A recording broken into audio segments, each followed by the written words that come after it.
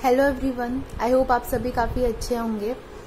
आज का जो हमारा टॉपिक है वो है construction of reciprocal lattice and it's physical significance.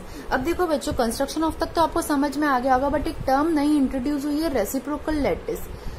और रेसिप्रोकल लैटिस होता क्या है और उसका क्या फिजिकल सिग्निफिकेंस है, मतलब क्यों हमको जरूरत है रेसिप्रोकल लैटिस की, तो ये आज हम जानेंगे। तो सबसे पहले देखो बच्चों, जो रेसिप्रोकल लैटिस का जो उत्पत्ति है वो कहाँ से हुई या कहाँ से वो एग्जिस्टेंस के अंदर आया वो देखते हैं। तो उसे देखने के लिए हमको चलना पड़ेगा एक्सरे डायफ्रैक्शन पर। तो देखो, एक्सरे डायफ्रैक्शन के अंदर बेसिकली होता क्या था, जो हमारा क्रिस्टल स्ट्रक्चर है उसमें कई हमारे क्या रहते थे, पैरेलल सेट ऑफ प्लेन्स रहते थे।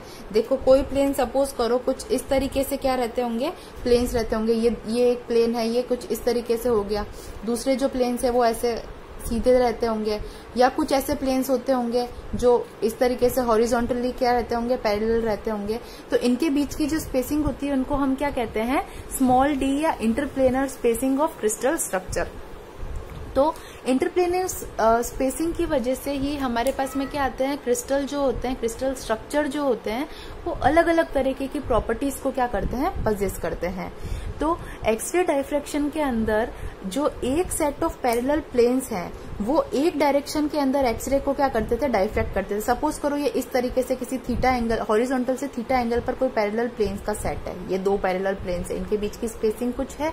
तो ये क्या करेंगे, जब एक्सरे इन पर इंसिडेंट होंगी तो अलग अलग डायरेक्शन के अंदर एक्सरे को क्या कर देंगे, डायफ्रैक्ट कर देंगे। अगर ये ऐसे नहीं, ये किसी एक डायरेक्शन के अंदर एक्सरे को डायफ्रैक्ट करेंगे, अगर ये कुछ इस तरीके के भी प्लेन होंगे, एक्सरे इन पे सीधा आएगी तो ये क्या करेंगे, ऊपर की तरफ और नीचे की तरफ एक्सरे को क्या कर देंगे, डायफ्रैक्ट कर देंगे। यानी कि एक्सरे का जो डिफ्रैक्शन है वो किस पे डिपेंड कर रहा है, इंटरप्लेनर स्पेसिंग पर, और किस पे डिपेंड कर रहा है बच्चों, कि जो पैरेलल सेट ऑफ प्लेन्स कौन से टकरा रहे हैं या कौन से पैरेलल सेट ऑफ प्लेन्स पर जो हमारी एक्सरे है जाकर के इंसिडेंट हो रही है।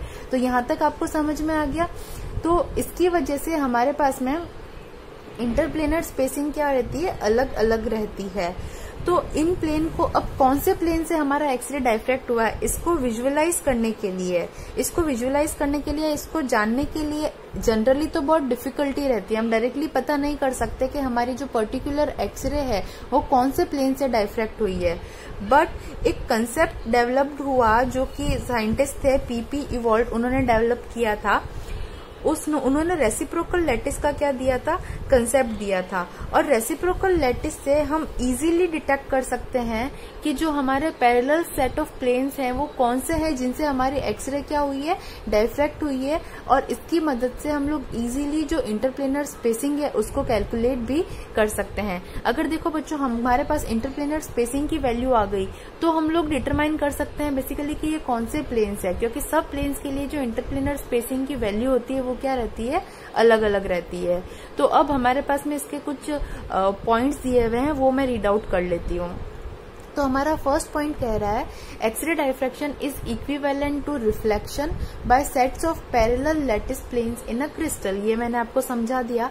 सेकेंड पॉइंट हम ये कह रहा है कि but in a crystal there exist many sets of parallel planes, क्योंकि क्रिस्टल के अंदर क्या होते हैं, बहुत सारे सेट्स ऑफ पैरेलल प्लेन्स होते हैं विद डिफरेंट ओरिएंटेशन मैंने आपको बता दिया, कुछ ऐसे कुछ ऐसे कुछ ऐसे, है ना, ये क्या कहलाता है, ओरिएंटेशन कहलाता है। एंड इंटरप्लेनर स्पेसिंग, डी की वैल्यू भी अलग अलग रहती है, that can diffract given beam of x ray, जो कि गिवन बीम ऑफ एक्सरे को क्या कर सकते हैं, डिफ्रैक्ट कर सकते हैं। और इन्हीं को विजुअलाइज करना क्या है, काफी डिफिकल्ट टास्क है, इसीलिए रेसिप्रोकल लैटिस का जो कंसेप्ट हुआ वो इंट्रोड्यूस हुआ by PP Ewald. Next point में यही लिखा हुआ है, that visualization of all this planes is very difficult to overcome this, यानी इससे ओवरकम करने के लिए this difficulty the concept of reciprocal lattice is introduced. The reciprocal lattice के कंसेप्ट क्या आया, सामने आया बाय पीपी इवॉल्ट, फिजिसिस्ट थे ये। अब इन्होंने क्या बताया, क्या होता है reciprocal lattice. Two lattice are associated with every crystal, these are, जैसे ये कहते हैं कि एक क्रिस्टल के हमेशा दो लैटिस एसोसिएटेड रहते हैं। जैसे आप इसको थोड़ा फनी है बट ऐसे समझो कि कई बार ऐसा हमने सुना है कि इस पूरी दुनिया के अंदर हमारे जैसे कि मेरी जो शक्ल है, आपकी जो शक्ल है, उसके जैसे कितने लोग रहते हैं? 7 लोग रहते हैं। ऐसा सबने सुना होगा, काफी फिल्मी बात है बट सुनी होगी, है ना। तो इसी तरीके से पीपी इवाल्ड ने कहा कि कोई भी, अगर मेरे पास में एक क्रिस्टल स्ट्रक्चर है, सपोज करो इसका ही, ये पेन का ही कोई क्रिस्टल है, इसके लिए 2 लैटिस एग्जिस्ट करेंगे। एक तो जो लैटिस होगा उसको हम कहेंगे डायरेक्ट लैटिस, यहाँ पर लिखा है देखो, एक जो लैटिस रहेगा उसको डायरेक्ट लैटिस या रियल लैटिस कहेंगे, और दूसरा जो लैटिस होगा उसको हम लोग रेसिप्रोकल लैटिस कहेंगे। यानी कि एक crystal is associated with 2 lattices known as direct lattice and reciprocal lattice. Using concept of reciprocal lattice, reciprocal lattice के अवधारणा को यूज करते हुए it becomes very easy to calculate interplanar spacing. ये काफी इजी हो जाता है, या इंटरप्लेनर स्पेसिंग को कैलकुलेट करना काफी इजी हो जाता है with the help of reciprocal lattice. तो आई होप आपको कंसेप्ट और सिग्निफिकेंस जो है वो दोनों समझ में आ गया होगा। अब हम लोग ये देखेंगे कि रेसिप्रोकल लैटिस को हम लोग कंस्ट्रक्ट कैसे करें, कैसे बनाएं हम रेसिप्रोकल लैटिस को, अगर मेरे को कोई एक पर्टिकुलर लैटिस गिवन हो तो देखो बच्चों, कंस्ट्रक्शन ऑफ रेसिप्रोकल लैटिस। तो कंस्ट्रक्शन ऑफ रेसिप्रोकल लैटिस में हमको कुछ नहीं करना है। सबसे पहले क्या करना है, एक कोई क्रिस्टल स्ट्रक्चर लेना है। सपोज करो, देखो यहाँ पे स्टेप्स हम बाद में पढ़ेंगे, पहले आप समझ लीजिए। ये यहाँ पर कोई एक क्रिस्टल है, इसका ऑलरेडी ये कौन सा लैटिस है, ये जो आपको कॉर्नर्स पे पॉइंट दिख रहे हैं, तो आपको क्या लगेगा कि ये कोई प्रिमिटिव यूनिट सेल है, या मैं कहूँ एससीसी का कोई लैटिस है, एससीसी का क्रिस्टल स्ट्रक्चर का कोई लैटिस है। अगर इसके कॉरेस्पॉन्डिंग मुझे रेसिप्रोकल लैटिस बनाना हो तो मैं कैसे करूंगी? तो सबसे पहले मैंने क्रिस्टल स्ट्रक्चर लिया, उस क्रिस्टल स्ट्रक्चर के अंदर उसका जो डायरेक्ट लैटिस है उसमें कहीं पर भी एक ओरिजिन पॉइंट डिसाइड कर लिया। तो मैंने ये जो सेंटर पॉइंट है इसको क्या सपोज कर लिया, ये मेरा ओरिजिन पॉइंट है। इस ओरिजिन पॉइंट से जितने भी प्लेन्स नियर बाय प्लेन्स हैं इस लैटिस के, उस पे मैं क्या ड्रॉ करूंगी, एक परपेंडिकुलर या एक नॉर्मल ड्रॉ करूंगी। देखो सब यहाँ पर सपोज ये इसके पास में क्या है, प्लेन है मेरा, तो यहाँ पर मैंने एक नॉर्मल ड्रॉ कर लिया है। और ये जो और इस तरीके से मैं क्या करूंगी, यहाँ पर भी एक नॉर्मल ड्रॉ करूंगी, यहाँ पर भी कर सकती हूँ, यहाँ पर भी कर सकती हूँ। इतने ही मेरे पास में प्लेन थे। इसी तरीके से मैं बाहर की तरफ और इसके पीछे वाले की तरफ भी ड्रॉ कर सकती हूँ, है ना। तो यहाँ पर अब मैंने नॉर्मल तो मुझे ड्रॉ करना है, बट इस नॉर्मल की डिस्टेंस कितनी होगी, तो 1/d डिस्टेंस का क्या करूंगी, एक नॉर्मल ड्रॉ करूंगी। यहाँ पर 1/d क्या है, d क्या है यहाँ पर ये जो मेरा क्रिस्टल है, क्रिस्टल के लैटिस की जो इंटरप्लेनर स्पेसिंग है वो क्या है, स्मॉल d है। यानी कि ओरिजिन डिसाइड करने के बाद में इस ओरिजिन के आसपास जितने भी मुझे फलक दिख रहे हैं, फेसेस दिख रहे हैं, उनपे मैं नॉर्मल ड्रॉप करूंगी। कितनी डिस्टेंस तक, 1/d डिस्टेंस तक। और 1/d डिस्टेंस जब मेरी कवर हो जाएगी तब उस एंडिंग पॉइंट पे क्या बना दूंगी, एक पॉइंट बना दूंगी, है ना। यहाँ पर भी बना दिया, यहाँ पर भी बना दिया, यहाँ पर भी बना दिया। अब फिर इधर की तरफ भी बन जाएगा और पीछे की तरफ भी बन जाएगा। इन पॉइंट्स, ये देखो, ये तो इस क्रिस्टल स्ट्रक्चर के लिए, इस लैटिस के लिए हो गया। इसी तरीके से इसके पास में जो होगा उसका भी होगा, इसके ऊपर जो होगा उसका भी होगा, इसके आगे, इसके पीछे और इसके लेफ्ट हैंड साइड में। तो इन सब से मिलकर, इन सबको ज्वाइन कर हम लोग क्या बना सकते हैं, एक न्यू लैटिस बना सकते हैं। और इसी न्यू लैटिस को हम कहते हैं रेसिप्रोकल लैटिस। तो आपको इसका कंसेप्ट समझ में आ गया होगा कि कैसे हम लोग रेसिप्रोकल लैटिस बनाते हैं बच्चों। अब इसमें जो ये हमने देख लिया, इस तरीके से हम लोग ड्रॉ करते हैं, कंस्ट्रक्ट करते हैं। तो अब हम जो इसके स्टेप्स हैं इनको रीड आउट कर लेते हैं कि अगर एग्जाम में आपको कंस्ट्रक्शन ऑफ रेसिप्रोकल लैटिस लिखने को आ जाए तो आप कैसे लिख करके आएंगे। इसका जो कंस्ट्रक्शन का रहता है वो ये है कि to construct reciprocal lattice from a direct lattice, जो हमने कंसीडर किया था वो कौन सा था, डायरेक्ट लैटिस था। Following steps are followed, following जो स्टेप्स है वो हमको फॉलो करने पड़ेंगे। फर्स्ट स्टेप क्या कह रहा है, take a point in a direct lattice as a origin. ये जो पॉइंट लिया हमने, take a point in direct lattice as a origin, इसको एक हमने मूल बिंदु की तरह लिया है। सेकेंड पॉइंट कह रहा है, from this origin draw a normal to every set of planes in the direct lattice.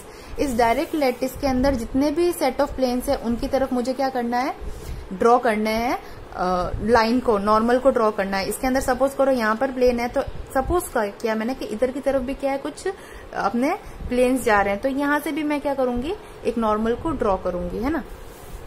तो इस तरीके से ये टर्म है, सेकंड पॉइंट कह रहा है। Third, what is third point? Set a length of each normal. अब लेंथ की बात आ गई कि मुझे नॉर्मल की लेंथ कितनी रखनी है।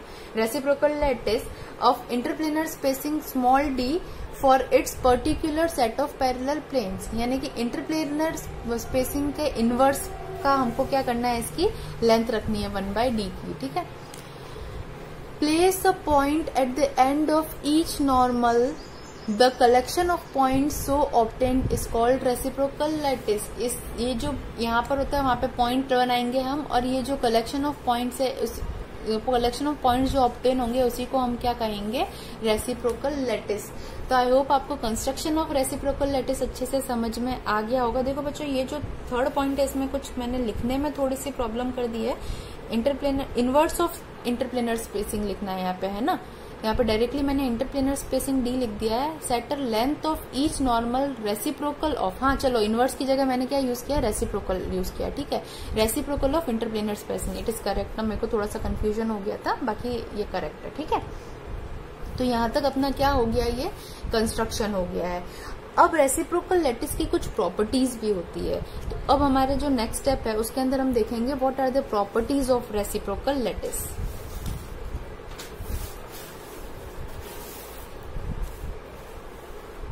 हमारी जो फर्स्ट प्रॉपर्टी है, देखो बच्चों, वो क्या कह रही है कि a direct lattice is a reciprocal to its own reciprocal lattice. ये बात ये कहना चाह रहा है, देखो अगर मैंने एस बनाया, सपोज करो ये मैंने एस बनाया, इसका रेसिप्रोकल बनाऊं तो कुछ इस तरीके से बनेगा। अब अगेन मैं अगर इसका रेसिप्रोकल बनाऊं तो कुछ इस तरीके से बनेगा, यानी कि ये और ये क्या हो गए, मेरे सेम हो गए, है ना। तो यही बात ये कह रहा है कि डायरेक्ट लैटिस का जो रेसिप्रोकल होता है, इसका मैं अगेन रेसिप्रोकल करूं तो मुझे क्या मिल जाएगा, डायरेक्ट लैटिस मिल जाएगा। तो आई होप आपको फर्स्ट पॉइंट समझ में आ गया होगा। सेकेंड पॉइंट की प्रॉपर्टी क्या रहती है कि जो डायरेक्ट लैटिस का यूनिट सेल का वॉल्यूम होता है, that is inversely proportional to the volume of the unit cell of reciprocal lattice. Unit cell का जो वॉल्यूम होता है, ये दोनों का, डायरेक्ट सेल का और रेसिप्रोकल लैटिस का, इनवर्सली प्रोपोर्शनल होता है ना। इसका वॉल्यूम ज्यादा रहेगा यूनिट सेल का, तो इसका वॉल्यूम उतना ही कम हो जाएगा। इसका वॉल्यूम अगर ज्यादा रहेगा तो डायरेक्ट का क्या हो जाएगा, उतना ही कम रहेगा। थर्ड पॉइंट क्या कह रहा है, each point in reciprocal lattice corresponds to a particular set of parallel planes in a direct lattice. अगर रेसिप्रोकल लैटिस का कोई भी एक पॉइंट हम लोग उठा करके देखें तो ये कोई ना कोई डायरेक्ट लैटिस के पैरेलल प्लेन के पॉइंट से क्या करेगा, कॉरस्पॉन्ड करेगा या उसके संगत होगा। क्यों? क्योंकि जो हमारा रेसिप्रोकल लैटिस है उसका निर्माण ही कैसे होता है, जो हमारे पैरेलल सेट ऑफ प्लेन्स थे डायरेक्ट लैटिस के, उस पे हम लोग क्या करते हैं, नॉर्मल ड्रॉ कर करके रेसिप्रोकल लैटिस का निर्माण करते हैं। तो इसीलिए जो रेसिप्रोकल लैटिस को अगर मैं किसी भी पॉइंट को उठाऊंगी तो वो पैरेलल प्लेन के अंदर जो डायरेक्ट लैटिस के पैरेलल प्लेन से उनको क्या करेगा, कॉरस्पॉन्ड करेगा। फोर्थ पॉइंट क्या कह रहा है, if A B C are orthogonal, मतलब A B C are orthogonal, यानी कि कुछ इस तरीके से, ये ए है, ये बी है और ये सी है, किसके अंदर, डायरेक्ट लैटिस के अंदर। तो जो हमारे पास में ए बी सी होंगे किसके अंदर, ए स्टार, बी स्टार और सी स्टार कर देती हूँ रेसिप्रोकल लैटिस के अंदर, वो भी क्या रहेंगे, ऑर्थोगोनल रहेंगे। ऑर्थोगोनल का मतलब है 90 डिग्री पर रहना, इन तीनों के बीच का एंगल क्या होना, 90 डिग्री होना। हमारा जो फिफ्थ पॉइंट है वो है ट्रांसलेशन ऑपरेटर के ऊपर। ये कहा गया है कि अगर डायरेक्ट लैटिस का जो ट्रांसलेशन ऑपरेटर है वो T vector is equal to n1 a vector plus n2 b vector plus n3 c vector है, तो रेसिप्रोकल लैटिस के अंदर जो कोरोस्पॉन्डिंग रेसिप्रोकल लैटिस होगा इस डायरेक्ट लैटिस के, जिसका ट्रांसलेशन वेक्टर ये है, तो उसका हमारे पास में ट्रांसलेशन वेक्टर क्या हो जाएगा, g vector is equal to small h। Small h क्या है, यहाँ पर मिलर इंडिसेस है, small h a star a vector, small k b star b vector और small l c star c vector हो जाएगा। यहाँ पे हम लोग g वेक्टर से रिप्रेजेंट करते हैं और डायरेक्ट के अंदर किससे रिप्रेजेंट करते थे, t वेक्टर से रिप्रेजेंट करते थे। अब हमारा जो नेक्स्ट प्रॉपर्टी है, सिक्स्थ प्रॉपर्टी, वो ये कह रही है the distance of reciprocal lattice point from origin. Origin से जो रेसिप्रोकल लैटिस पॉइंट की जो डिस्टेंस होती है वो इनवर्सली प्रोपोर्शनल होती है किसके, interplanar spacing of direct lattice. ये हमने पहले कंस्ट्रक्शन में ही देख लिया था कि ये जो डिस्टेंस होती है बच्चों, रेसिप्रोकल लैटिस पॉइंट ये है, इसकी ओरिजिन से डिस्टेंस होती है that is inversely proportional to the interplanar spacing of direct lattice, है ना। ये तो ऑलरेडी ये पॉइंट जो प्रॉपर्टी थी ये ऑलरेडी हम कंस्ट्रक्शन में देख चुके थे। अब हमारी जो फिफ्थ और सबसे इम्पोर्टेंट प्रॉपर्टी आती है जिसको हमें प्रूव करना है, वो ये कह रही है कि एससीसी सिंपल क्यूबिक क्रिस्टल के लिए जो रेसिप्रोकल लैटिस होता है वो सिंपल क्यूबिक क्रिस्टल ही होता है, लेकिन जो बीसीसी के लिए हमको रेसिप्रोकल लैटिस मिलता है that behave as a FCC, यानी कि बॉडी सेंटर्ड क्रिस्टल के लिए जो हमें रेसिप्रोकल लैटिस मिलेगा that will behave as a face centred crystal and vice and versa, यानी कि एफसीसी के लिए जो मिलेगा वो कैसा मिलेगा, बीसीसी का मिलेगा। अब हम जो नेक्स्ट वीडियो लेक्चर के अंदर इसी पॉइंट को हम लोग देखेंगे कि कैसे एससीसी के लिए हमें एससीसी मिलता है जबकि बीसीसी के लिए एफसीसी और एफसीसी के लिए बीसीसी हमको मिलता है। तो आई होप आपको प्रॉपर्टीज समझ में आ गई होगी। अब नेक्स्ट वीडियो लेक्चर में हम लोग एससीसी, एफसीसी और बीसीसी तीनों के लिए रेसिप्रोकल लैटिस को फाइंड आउट करेंगे। Thank you so much for this class बच्चों। See you in the next class. Keep revising, keep studying.